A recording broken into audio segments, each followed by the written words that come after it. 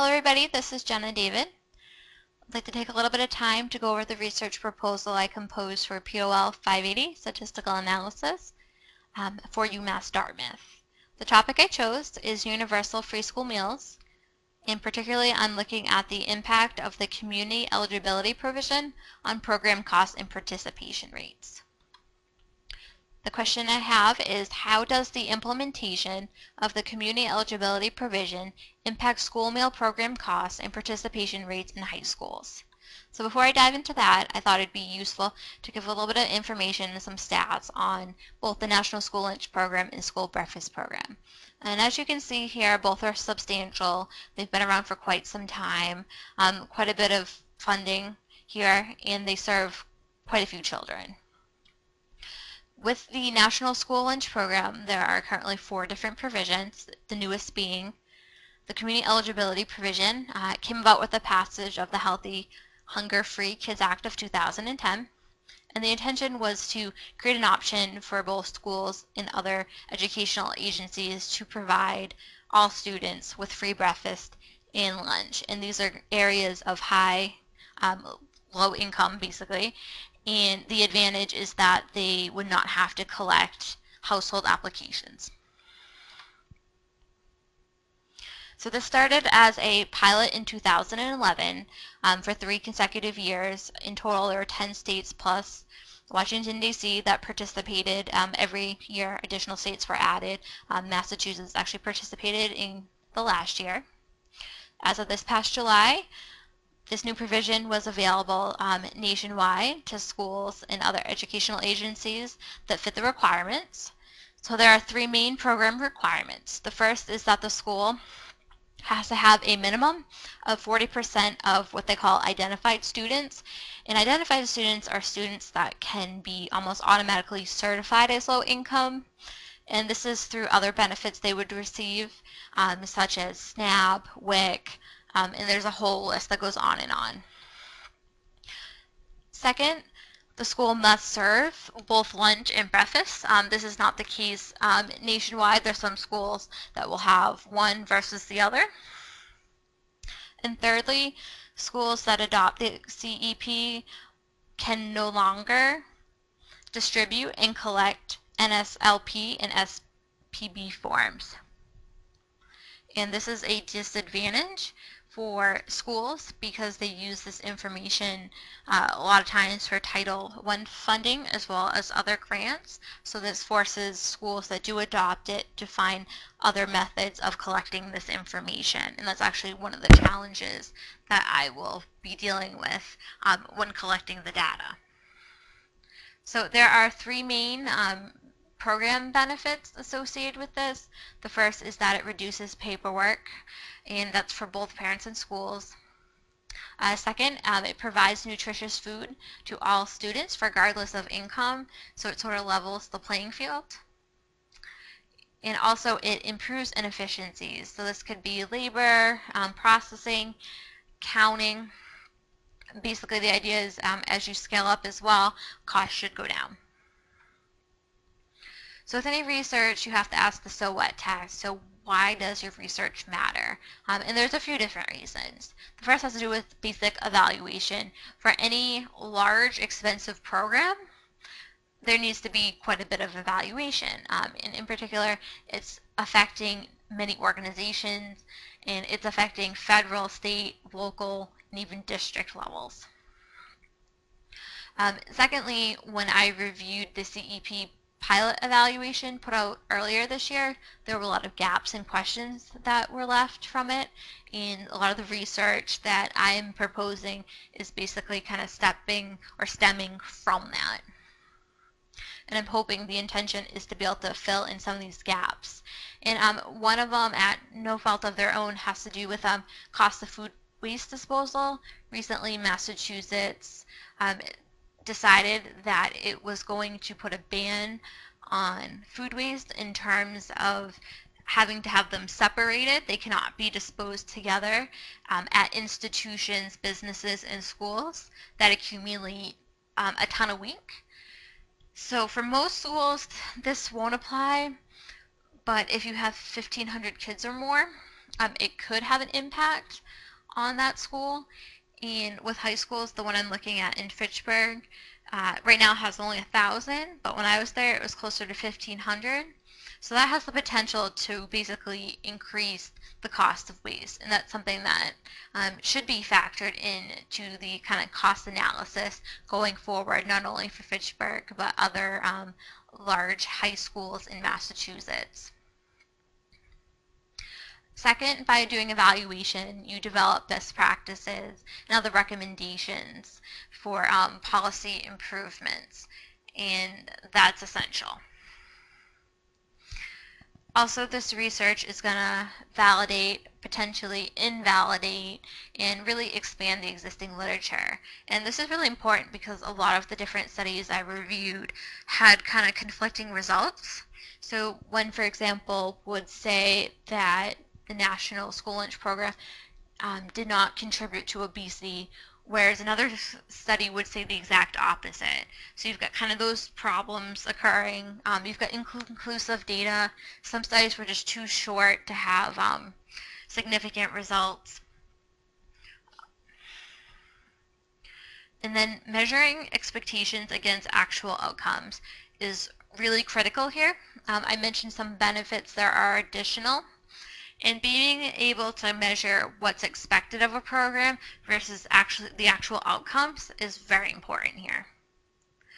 And additionally, I decided to focus on high school students because they typically have not been a focus of school meal research, as well as other research on education. For whatever reason, that group tends to be left out. So that's something that I wanted to look at. And in particular, high school students have the issue of stigma and free lunch. So this is something that I thought would be really beneficial to look at in the context of high school students.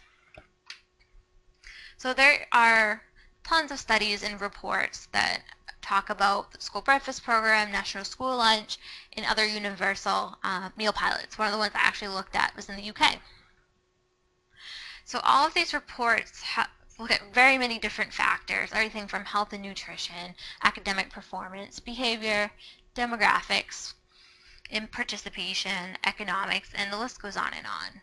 So I looked over quite a bit of stuff. I have at least 30 or more sources, and I found 6 that I thought were the most helpful in terms of content, what they measured, methodology, and structure.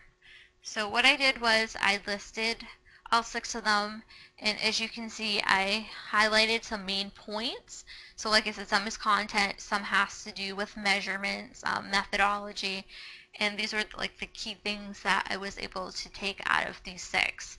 But I can't do them justice here. So with data and methods, the first question is, what am I trying to measure? The first thing has to do with participation. And basically, I want to look at the levels of participation in both the National School Lunch Program and School Breakfast Program. Is it going to increase? Is it going to decrease? Is it going to stay the same? Is the first question. Second, I also want to look at the breakfast to lunch meal ratio. A lot of students participate in the lunch meal program, but don't in the breakfast. There's a lot of reasons why that can be that I won't discuss here. And also I want to look at demographics in terms of students that either qualified on paper for free or reduced price lunch, or ones that never submitted the paperwork in comparison to full price. So in a few different studies, they were able to look at the number of students that would have qualified for free or reduced price lunch that didn't actually get those benefits and see what the increase was. So those are students that, paperwork may have not gotten turned in, there was an error, they moved in late in the semester, number of reasons of why that could happen. So that's one thing that I really would like to look at. Next are financial costs and benefits of the program. So this can be food, labor, equipment, communication, food waste disposal, and other administrative costs. And with that, you need to look at the revenue from federal and state, and there may be some local as well. And thirdly, time spent in the food line.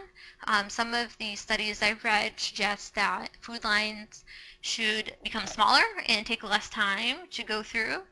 But I'm wondering if the participation rate increases to a certain extent, will it actually slow it down? And with that, how much time are students spending in line versus actually eating? So with my method, I'm kind of first looking at a case study. I chose Fitchburg High School in Massachusetts for a couple different reasons. One, I have high accessibility to it. Two, it's got over 75% low income status for students, and it has a high rating in terms of students that engage in the school breakfast and school lunch programs already. So with that, I'm looking to select a sample from Fitchburg High as the treatment group and a sample from Fall River High as the control group. On Mass DOE, it showed comparable cities and school districts to Fitchburg, and Fall River, to me, looked like it was the most comparable. And basically, I'm looking to use data from the 2013-2014 school year as the baseline and use that data in comparison to the first half of this current school year.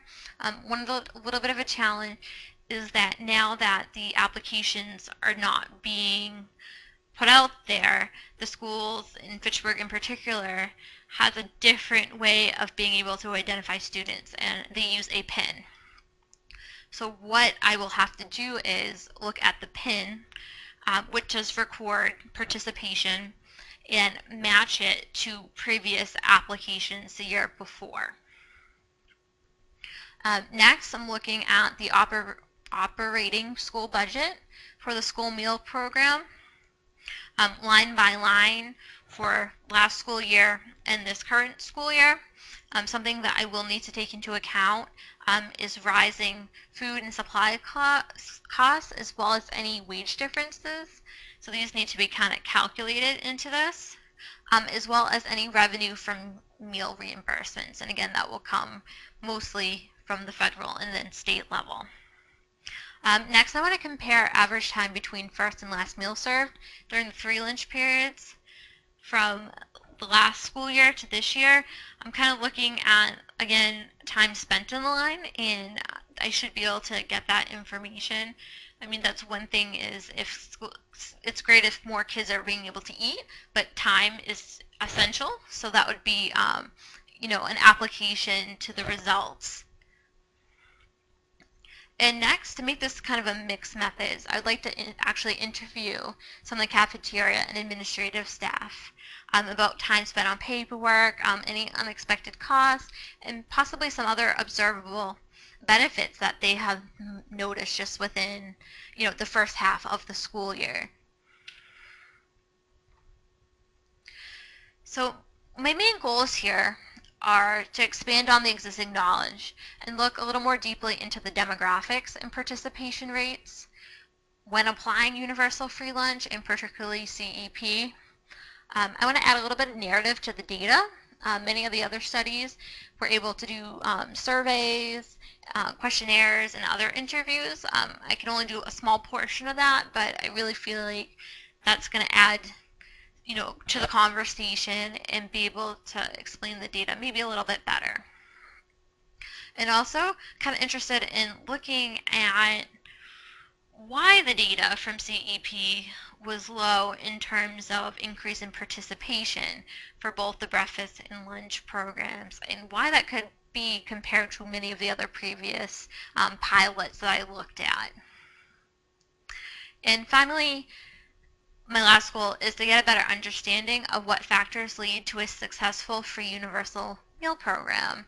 And, you know, with the pilots, you come up with some best practices, but there will be things kind of at the individual school level that will come out as well, and looking at Massachusetts as a whole through the waste and some other variables. So again, I leave this to you, and if you have any thoughts, they're certainly welcome. I am not a education concentration. So this is definitely new to me, and if you have experience or any thoughts, please feel free to let me know. I greatly appreciate it. Thank you.